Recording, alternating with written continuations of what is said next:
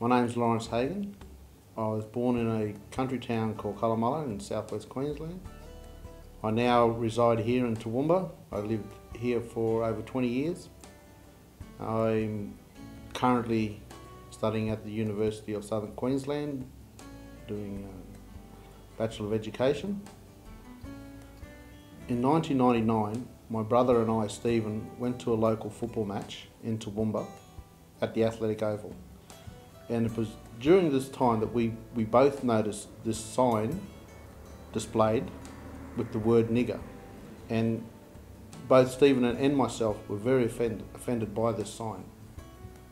And it was then that Stephen decided that this sign had to be removed from this grandstand.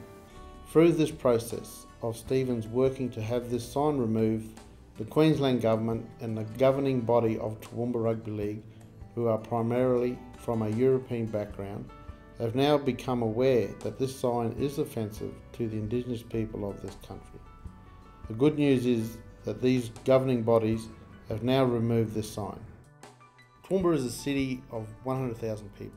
Majority of these people are from a European background, and a large portion of them are not sensitive to words such as the N-word, and therefore many of these people are not sensitive to the fact that these words are offensive to the Aboriginal people of this community.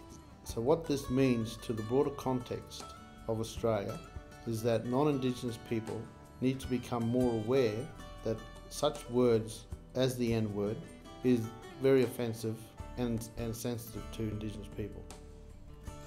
During NAIDOC week last year, I was invited by the principal of one of the schools here in Toowoomba to give a talk to their senior students about the reconciliation process between Indigenous and non-Indigenous people of this country. Majority of these high school students were from a European background. In this talk, I told the students how my brother and I went to the Athletic Oval to watch a rugby league game. And I told the students how my brother and I saw this sign displaying the word nigger and how we found it to be very offensive. I then told the students how my brother had fought for a number of years to have this sign removed. And the good news now is that this sign has been removed.